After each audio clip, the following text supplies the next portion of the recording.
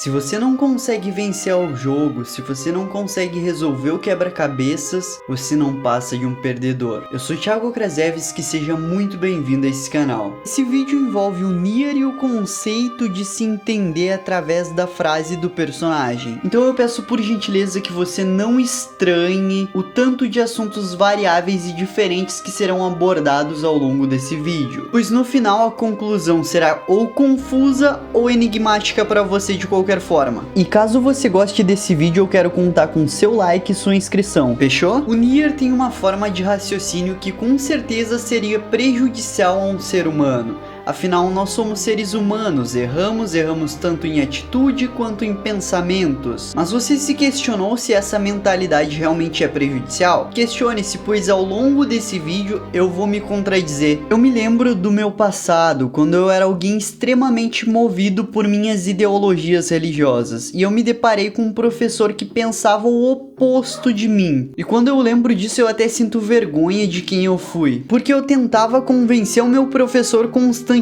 que ele estava errado. Como diria o antecessor do Nier, o L, não importa o quanto você tente, você sozinho não pode mudar o mundo, mas esse é o lado bonito do mundo. Não existe nada de errado em crer que alguma forma de espiritualidade existe, tanto quanto não existe nada de errado em crer que não exista alguma forma de espiritualidade. Crenças sequer seriam um problema. O que me faz sentir vergonha é que eu não sabia nem conduzir a minha vida e ainda assim eu tinha arrogância insuportável de querer mudar a forma de pensamento das outras pessoas. Desde sempre eu tive muito perdido na vida, sempre tive mais questionamentos do que certezas, mas eu tenho certeza que tentar mudar as pessoas sobre o que elas pensam é ridículo. Ainda mais quando eu não sabia nem resolver os quebra-cabeças da minha própria vida. E o mundo é cheio de pessoas assim, pessoas que parecem não ter noção sobre quem são, tentando dar soluções e conselhos aos outros. Eu quero abrir um parêntese aqui. Se alguém te disser que tem as respostas sobre a vida e que sabe algo sobre ela, que o significado de tudo é X, ou que a resposta para os segredos da vida é Y,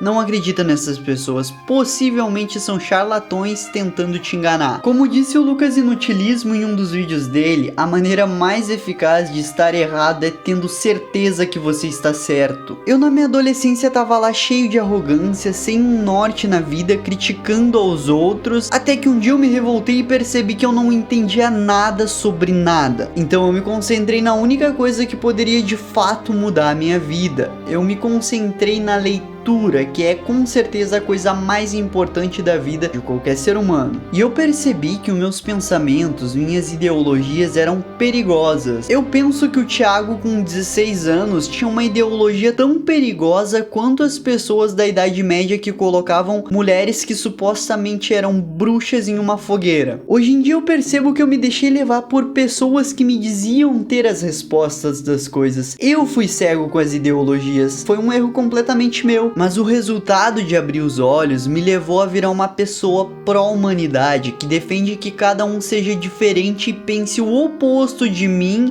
e isso ainda assim não é da minha conta. E a minha crítica se estende até mesmo para fora do campo das ideologias, como a própria forma de gerir o Brasil. A Constituição da República Federativa do Brasil em 2020 completou 32 anos de existência. Imagina que ela foi escrita por pessoas que foram criados com uma mentalidade formada por uma cultura totalmente diferente da nossa de 2020. E essas pessoas simplesmente descreveram como a sociedade brasileira deveria ser gerida, obviamente através de uma mentalidade de pensamentos conservadores de nunca mudar. Então, como pessoas assim podem representar como a sociedade acima dos anos 2000 deve ser gerida? Lembrando que a Constituição serve para manter a ordem do Brasil e trata sobre assuntos muito sérios, mas em certas partes ela é completamente desatualizada conforme o meio cultural em que nós vivemos. E o pior, os políticos que eram para lutar lutar pela igualdade, as pessoas que supostamente teriam esse papel na sociedade, muitas vezes eles tentam criar leis que sequer ajudariam o Brasil a melhorar. Como, por exemplo, proibir o consumo de pornografia na internet, porque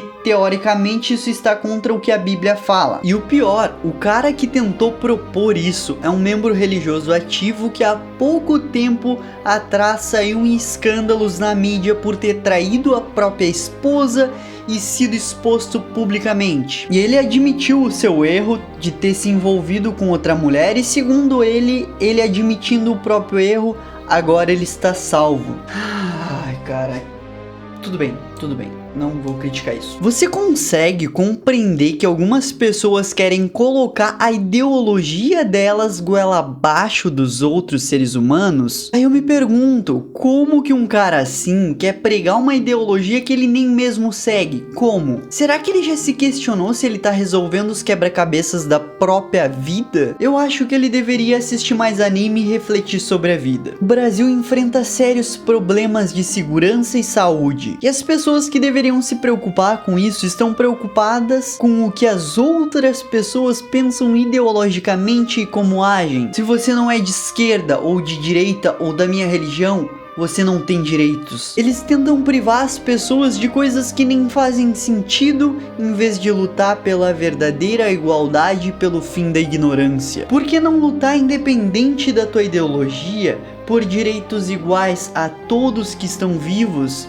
Esse é um questionamento. O Brasil é um país fortemente dirigido por pessoas religiosas, e a maioria dos brasileiros é religioso, isso é um fato. Agora, você sabia que as pessoas das religiões que pregam o amor têm como a minoria mais odiada do país os ateus? Isso porque eles sempre foram vistos como uma ameaça a qualquer sistema religioso. Só que a religião nunca foi um padrão de moral. Não é como se você fosse alguém religioso e isso automaticamente determina que você não vai ter atitudes maléficas. Nós vivemos em um país de maioria cristã, como eu já disse, e que é um dos países mais corruptos do mundo. As penitenciárias não tão cheias de ateu, mas sim de cristãos. Você acredita? Eu acho isso absurdo. Mas isso é uma questão de lógica também, é claro. Se existem mais cristãos no Brasil, logo existem mais cristãos presos. Logo a gente descobre que a religião não determina um padrão de moral, ou seja, quem é religioso não é menos propenso a crimes. E quando eu li sobre isso na minha adolescência, eu realmente não acreditei, eu vou falar sério. Pra mim isso pareceu meio irreal, mas eu tive um choque de realidade muito forte em 2018, que eu nunca vou esquecer. Você tem noção da vergonha alheia que eu fiquei quando Stephen Hawking, um dos maiores cientistas que já pisaram na Terra, faleceu e diversos brasileiros ficaram farmando comentários nas redes sociais como: bem feito que morreu, vai pro inferno ateu desgraçado. Você tem noção que xingar um homem que contribuiu para a evolução e conhecimento sobre o planeta, um cara que viveu desde os 20 e poucos anos de idade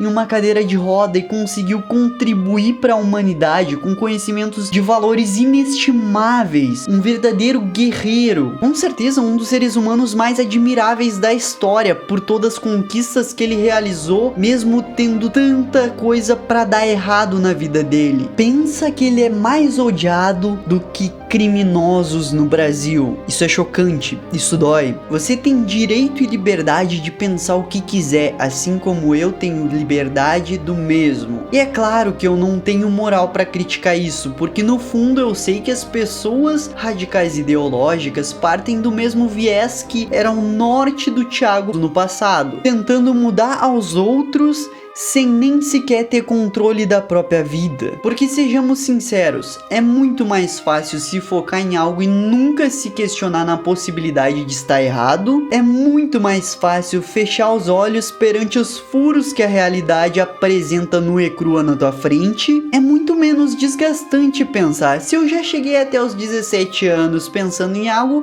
é porque isso tá certo. Agora é bem mais complicado quando tu chega aos teus 18 e pensa: putz, eu não sei de nada, eu não faço ideia se tudo que eu sei faz parte de uma premissa e essa premissa é inexplorável. Você acaba ficando em um looping onde você chega a um ponto que nada mais é racional. Duas suposições aqui: se existe um Deus, quem criou ele? Se não existe um Deus, quem criou o universo? O que causou tudo isso? Ambas questões são impossíveis de responder. Não existe a menor possibilidade de alguém que chegar dizendo eu tenho as respostas, é a teoria da física, ou é a Bíblia, ou é o Alcorão. Não existe a menor possibilidade de alguém afirmar que está correto. Mas também, como disse o próprio Nier, não se preocupe, comandante, fazer suposições faz parte de qualquer investigação. Se estamos errados, tudo que vai custar é uma desculpa. Então hoje a minha ideologia é não levar nenhuma ideologia de forma radical. Eu peço que você reflita e não pense que o que eu disse nesse vídeo é certo ou errado. Eu não quero de forma alguma ser visto como alguém que tem verdades, tanto é que hoje eu observo o passado pela perspectiva de que eu fui criado dessa forma, mas não necessariamente eu preciso me prender a essas formas de pensamento. Eu tô longe de ser alguém revolucionário, eu não acho que eu seja superior a ninguém, nem que eu tenha uma consciência elevada a ponto de guiar alguém. Tanto é que ano após ano eu me contradigo e mudo de opinião. Então se daqui a um ano eu vim defender coisas que eu critiquei aqui, isso se deve ao fato de que eu já aceitei que ninguém tem respostas reais. Nós só achamos que temos, mas no fundo é só o nosso cérebro querendo estar certo o tempo inteiro. Mas eu também não quero me menosprezar, eu tenho que afirmar que eu sou uma pessoa que logicamente pensa muito e reflete sobre as coisas. Eu não aceito que X é X até pensar e refletir muito sobre isso. E eu não quero convencer ninguém de nada. Se você quiser continuar sendo agressivo, incisivo e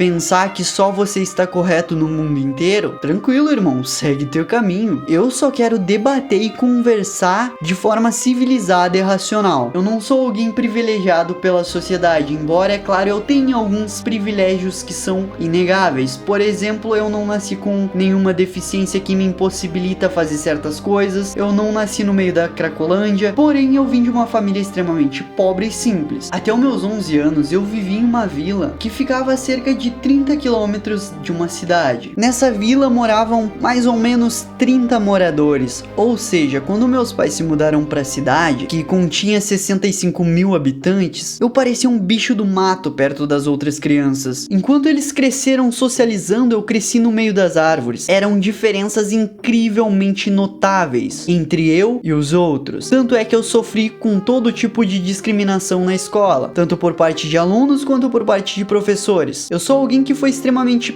prejudicado na infância na questão social. Tanto é que hoje eu sou tímido, a um nível que eu me sinto extremamente desconfortável em uma simples conversa em público. Então eu tenho algumas barreiras que eu sempre achei que seriam impossíveis de quebrar por muito tempo. Eu até cheguei a pensar que eu seria o perdedor do jogo que o Nier cita. Eu me sentia incapaz de resolver muita coisa na minha vida, como a minha própria raiva constante por tudo. Eu sou um ser humano muito falho, cheio de complicações. Então eu me deparei com um livro chamado As 16 Leis do Sucesso de Napoleão Hill. Abre parêntese, aguarde após o término da série das 48 Leis do Poder aqui no canal, que vai sair a série sobre as 16 Leis do Sucesso, fecha parêntese. A primeira lei desse livro é ter metas e trabalhar nelas de forma obsessiva. Quando eu li aquilo, eu automaticamente pensei sobre várias coisas que eu gostava de estudar. Eu sempre gostei muito de ler biografias dos homens mais importantes de todas as eras. Por exemplo, Henry Ford, Elon Musk, Bill Gates, Steve Jobs. E automaticamente eu correlacionei a insanidade das metas que esses homens tinham,